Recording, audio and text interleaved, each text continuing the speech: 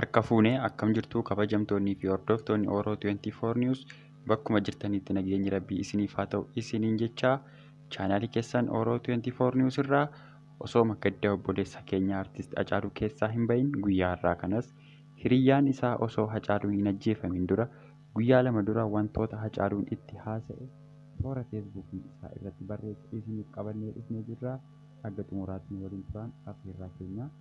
Egaa gara sagantaan guyyaa har'aa qabadhee dhufee osoo hin deemin fuula dura namoonni chaanaalii koof haaraa taatan sabskiraaybii godhaa guyyaa guyyaan odeeffannoon haala yeroo irratti hojjedhu akkamiin isin bira ga'uuf mallattoo bilbilaa bukkee ishee tuqaan isin jedha.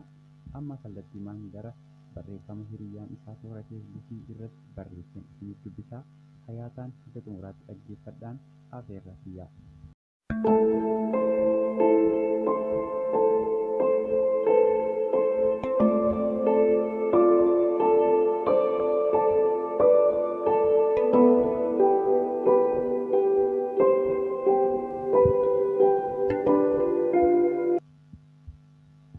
Hacaaluun akka ajjeefamu dursee baree ture.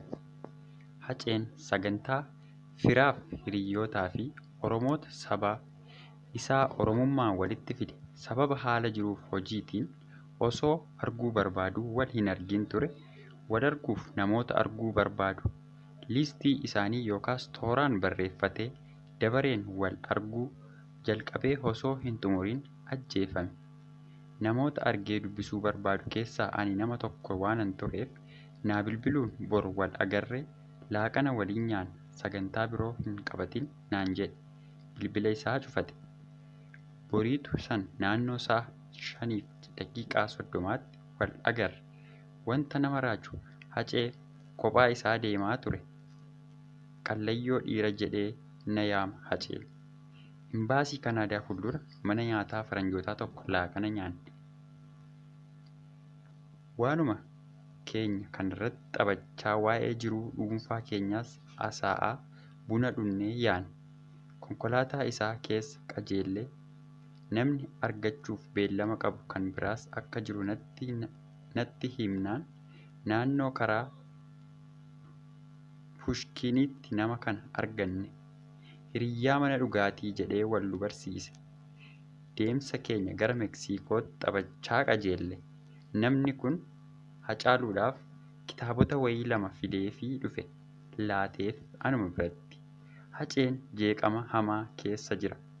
Osoo konkolaataa oofuu karaan cufamee yoo dhaabbatu karaan banamee hormi yoo deemsa jalqaban yeroo hedduu of dagatee ture deemuu jalqabaa ture. Waa'ee haala siyaasaa Oromoon keessa jiru kana aariidhaan dubbata. Maal gochuu akka qabuuf akkamitti kutannoon qabsaa'uu akka qabnu xiiqiin dubbata. Ergan qaama garaagaraa irraa si ajjeesuu of eegi.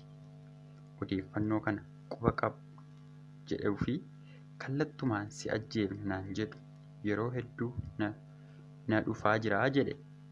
Yakka maalan qabaan kan na ajjeesan Oromoo maalan godheen ajjeefama jechuu irra deddeebi'ee na gaafatullee na ajjeesuun sodaa jedhu waan qabu hin fakkaatu.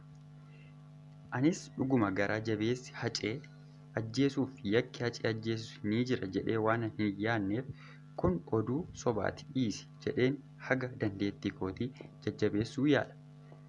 Anis dhugaa ta'us akka Hacaaluun onneen falmatu waanan beekuuf yeroo tokko rakkinni akka irra ga'u akka nama tokkootti tilmaamuu na hin rakkisu. Egaa haaluma kanaan egan itti mee jedheen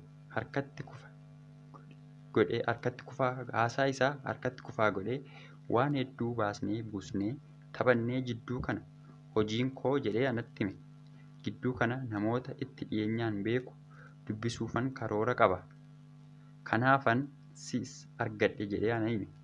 Adaamaa deemee artistoota buleeyyii akkan dubbisuuf wayita itti aanu ammoo Amboo deemee maatii qabsaa'otaa wareegamaniif namoota qabsoo Oromoo irratti miidhaman jaallan qabsoo isaa roorroo waliin argee dubbisuuf akka karoora qabu dubbachuun dhiyootti akka karoora isaa kana xumureen waa'ee egeree Oromoo irratti namoota hedduu waliin wal argee haasa'uuf karoora lammataa akka qabu natti himuun anis irratti akkan hirmaadhu waan barbaaduuf dhiyootti wal agarree walii bilbilla jedhee gargar baane.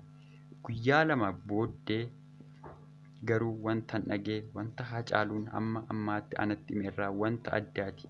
Amanuuf waan nama rakkisu, dhaga'uuf illee kan gurratti baay'ee nama hin tolledha. Hacaaluun ajjeefamuun isaa dhaga'e. Isinitti haa mul'atu. Mee namni guyyaa lama dura wal argitee isaayyuu nama akka Hacaaluu Hundeessaa hin du'e jedhanii gaafa sitti himan maal akka isinitti dhaga'amu tilmaamuun isin hin rakkisu. Maaliifis Hacaaluu Hundeessaa ajjeefameera. Harka diinaa seenee jira. Hacaaluun deebi'ee dhufuu hin danda'u. Seenaan bara baraan isin yaadata Haceekoo.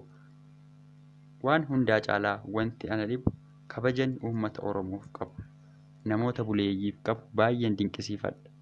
An hiriyyaa isaa ta'ee osoo jiruu wantoota hedduu an asirratti dubbachuuf yookaas barreessuuf anatti ulfaatu hedduullee anatti himee jira Hacaaluu Hundeessaa. Kun kanaan ta'ee osoo jiruu Hacaaluu Hundeessaa erga du'een booddee gaafa guyyaa lammataa Hacaaluun seeraan awwaalamuun kan isarra ture akkaataa ajaa'ibaatiin baay'ee nama gaddisiisuun awwaalamuun isaa daran baay'ee ana gaddisiise.